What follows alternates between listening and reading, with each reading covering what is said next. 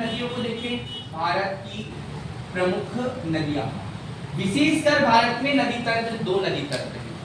एक है हिमालय नदी तंत्र, हिमालय नदी तंत्र, और एक है प्रायद्वीपीय नदी तंत्र। ध्यान से समझिए, जो हिमालय से निकलने वाली नदियां हैं उनको हिमालय नदी तंत्र कहते हैं। जो प्रायद्वीपीय भारत के जो दक्षिण का जो हिस्सा है इस वाले क्षेत्र को हम प्रायद्वीपीय भारत कहते हैं। क्यों? क्योंकि आप यहाँ पर देखते हैं ये तीनों तरफ से जल से घिरा हुआ है। अगर हम भारत के पश्चिम में जाए तो अरब सागर, क्या बेटा? अरब सागर। और पूर्व में देखें तो बंगाल की, बंगाल की खाड़ी, बे ऑफ बंगाल। और दक्षिण में जाए तो आपका क्या है? हिंद महासागर। ठीक है, हिंद महासागर को रत्नाकर के नाम से भी जाना जाता है। तो भारत में प्रमुख नदी तंत्र को देखें तो दो प्रमुख नदी तंत्र, एक हिमालय नदी तंत्र और एक आपका प्रायद्वीपीय नदी तंत्र। हिमालय नदी तंत्र जो है ये कंटिन्यूअसली, यानी कि यहाँ पर वर्ष भर लगातार नदियों में पानी समान रूप से भरा होता है। क्यों? क्योंकि हिमालय से निकलने वाली जो ग्लेशियर नदियां हैं वो ग्लेशियर पिघलने से, यानी कि बर्फ पिघलने से उनमें जल कंटिन्यू बहता है। जबकि प्रायद्वीपीय नदी तंत्र जो होता है ये वर्षा के जल पर निर्भर करता है। ठीक है, ये आपको ध्यान रखना है। तो हिमालय नदी तंत्र को अगर देखें तो इसको तीन भागों में हम बांट सकते हैं। एक सिंधु नदी तंत्र, सिंधु नदी तंत्र, एक गंगा नदी तंत्र, और अगला जो है ये है ब्रह्मपुत्र नदी तंत्र। ये आपको थोड़ा समझना है। कौन सा? सिंधु नदी तंत्र, गंगा नदी तंत्र और सिंधु एवं उसकी सहायक नदियों के द्वारा जो तंत्र बनाया जाता है उसको हम क्या कहते हैं? अपवाद, उसको सिंधु नदी तंत्र। जिनमें कौन कौन सी नदी आ जाएगी? सिंधु में आ जाएगी, सिंधु एक तो मेन रहेगी। ठीक है, उसके बाद झेलम, चिनाब, रावी, व्यास और सतलज।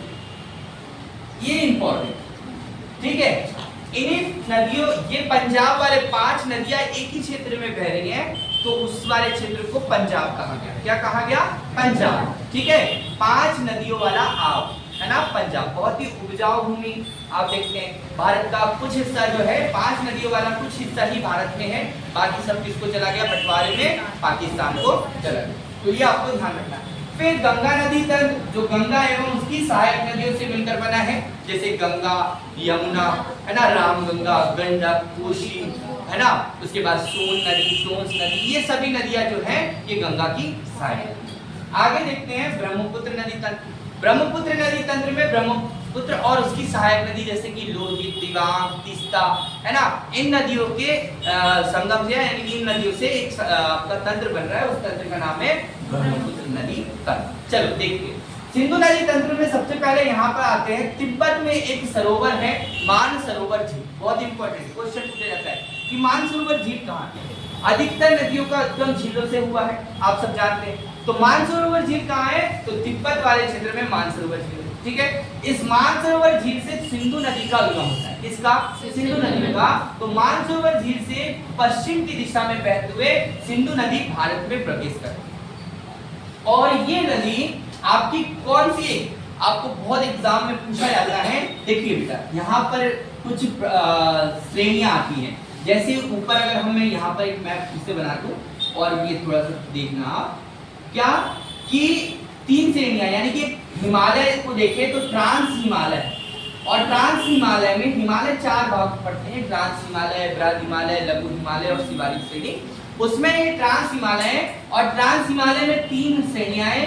एक है काराकोरम, ठीक है, लद्दाख, और एक है जास्कर। तो बेटा बताऊं आपको, ऊपर वाली जो है ये काराकोरम, नीचे वाली जो है दूसरे नंबर पे ये लद्दाख, और तीसरे नंबर पे जो है ये जास्कर। तो सिंधु नदी लद्दाख और जास्कर श्रेणी के मध्य से बहती है।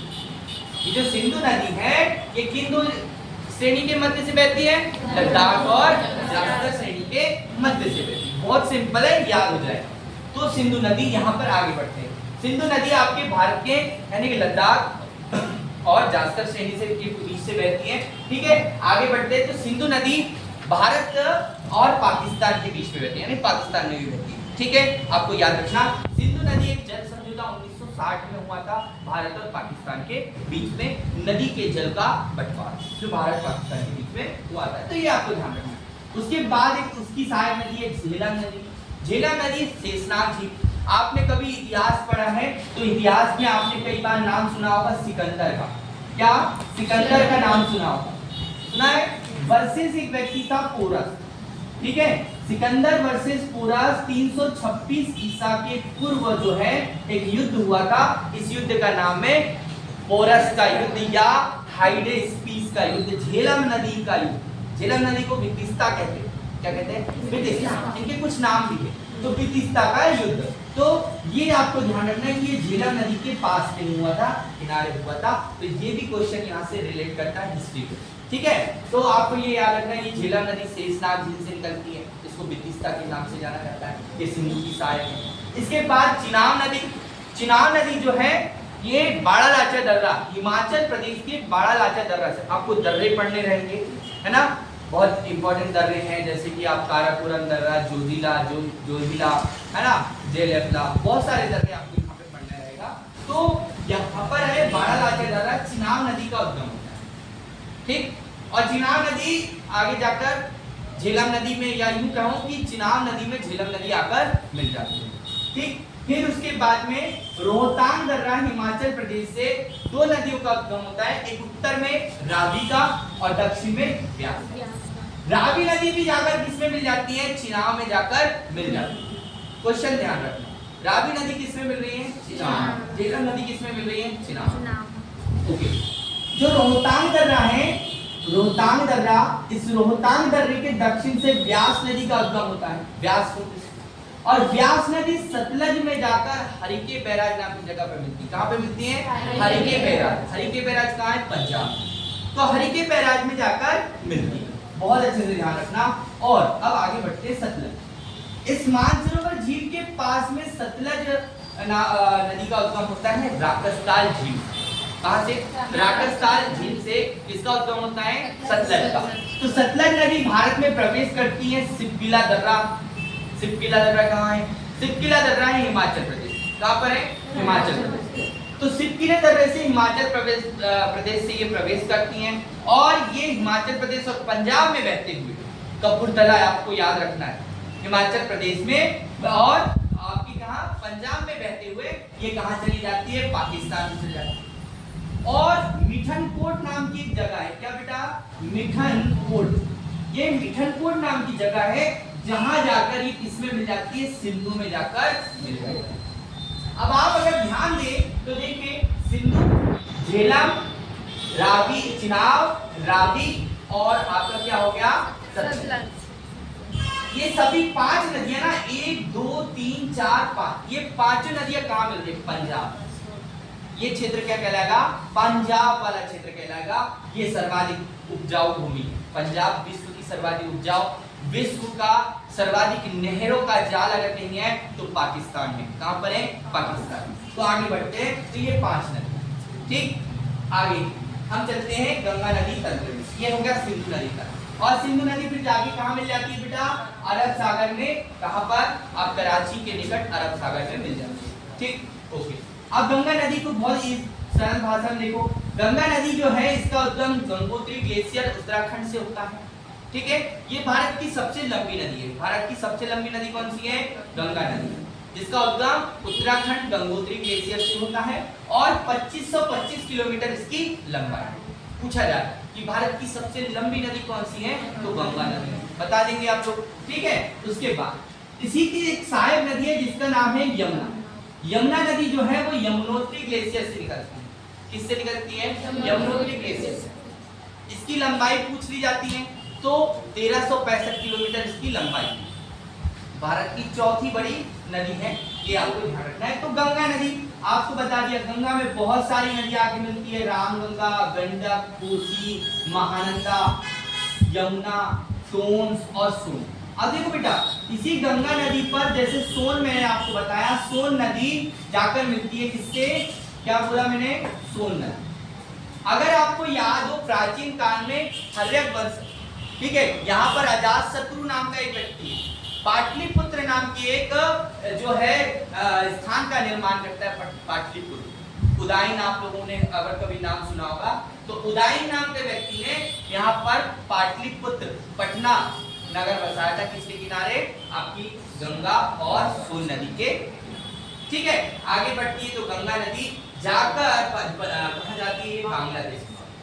ठीक, इसके बाद अगर हम देखें मानसरोवर झील से पूर्व की ओर सांको नाम से यानी ब्रह्मपुत्र नाम से एक नदी निकलती है और ये ब्रह्मपुत्र नदी कहां पर? यांग्याप दर्रे से भारत में प्रवेश करती है।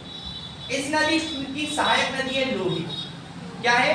लोहित, जो भारत का सबसे बड़ा नदी पुल जो है भूपेन हजारिका पुल, जो 9.15 किलोमीटर है, जो असम का ढोल और अरुणाचल प्रदेश का सादिया को आपस में जोड़ती है। ढोल और सादिया नाम के दो स्थान को आपस में जोड़ती है। अब ये मान लो कि ये पुल लगभग 10 किलोमीटर लंबा है। यानी कि आप सोचो कि ब्रह्मपुत्र नदी की सहायक नदी या ब्रह्मपुत्र नदी की चौड़ाई कितनी है।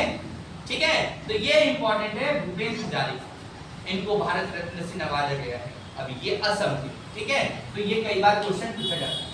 ब्रह्मपुत्र नदी बांग्लादेश में बहती है। ठीक है, अब जब ये बांग्लादेश में बहती है तो ये गंगा में मिल जाती है। किसमें मिल जाती है? गंगा को बांग्लादेश में पद्मा कहते हैं। क्या कहते हैं? पद्मा। और फिर ये दोनों आपस में मिलकर मेघना नदी और विश्व का सबसे सुंदर सबसे बड़ा डेल्टा का निर्माण करती है, जिसका नाम क्या है? सुंदरबन डेल्टा। ठीक है, तो सुंदरबन डेल्टा विश्व का सबसे बड़ा डेल्टा। ठीक है, ये आपको ध्यान रखना। भारत का सबसे लंबा नदी पुल कौन है? भूपेन हजारिका। भारत की सबसे लंबी नदी कौन सी है? भारत की सबसे लंबी सहायक नदी कौन सी है? ठीक है, तो ये हुआ आपके उत्तर भारत की स्थित प्रमुख हिमालयन नदी। और भी नदी हैं, इनके बारे में अगर हम डिटेल से देखें तो क्वेश्चन कई बार पूछा जाएगा। गंगा नदी जो है बंगाल की खाड़ी में जाकर गिरती है। ठीक है, जबकि सिंधु नदी आपकी कहां जाकर गिर रही है? अरब सागर। ठीक है, ये आपको ध्यान रखना है। इसी तरह से आपकी प्राचीन भारत की नदियों का नाम मैं बता देता हूँ, जैसे कि गोदावरी, नर्मदा, ताप्ती, कृष्णा, कावेरी, पेरियार, है ना। ये सभी नदियां जो है महानदी, ये सभी नदियां जो हैं ये दक्षिण भारत की प्रमुख नदियां हैं, जिनको अगर हम देखें तो नर्मदा नदी जो है ये उत्तर भारत और दक्षिण भारत के बीच में बह रही है। नर्मदा नदी पश्चिम आपके पूर्व से होकर पश्चिम में जाकर गिरती है। ठीक है, 1312 किलोमीटर की लंबाई तय करते हुए पूर्व से निकलकर कहां जाती है बेटा? पश्चिम। और ये नदी नर्मदा नदी आपके विंध्य पर्वत श्रृंखला और सतपुड़ा पर्वत श्रृंखला के मध्य बहती है। किस के बीच बहती है? विंध्य पर्वत। मैकल पहाड़ी अमरकंटक से निकलने वाली नर्मदा नदी पूर्व से पश्चिम दिशा में बहते हुए खंबात की खाड़ी में जाती हैं, अरब सागर में मिल जाती हैं। ये भारत की 5वीं बड़ी नदी। कौन सी नदी?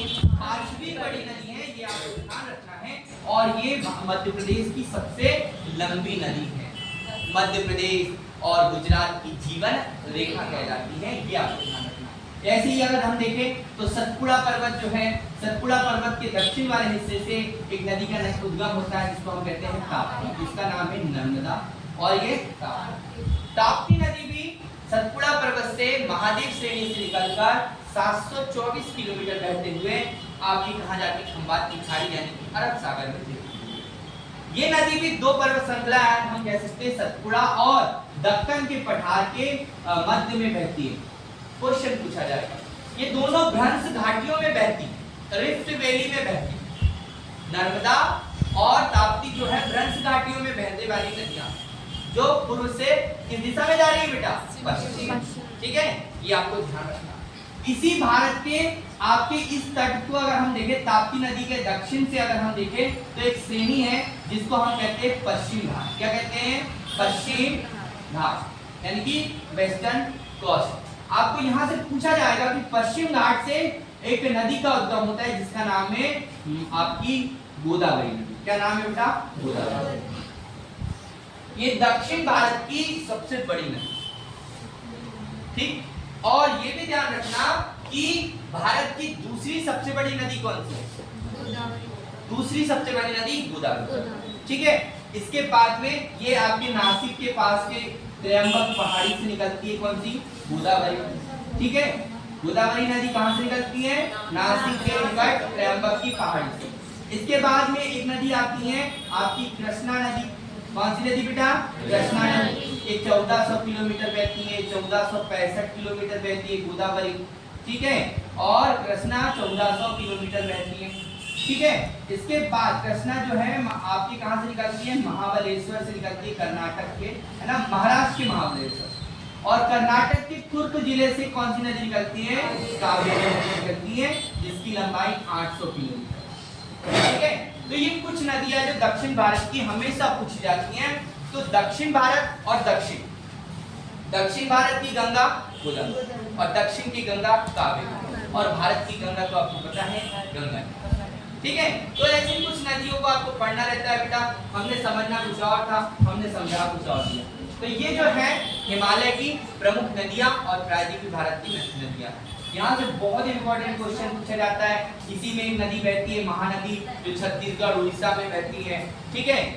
ये क्वेश्चंस बहुत सारे हैं। ये नदियां मैंने आपको बहुत सरल और बहुत कम समय में आपको ये बताया है, बहुत सारे।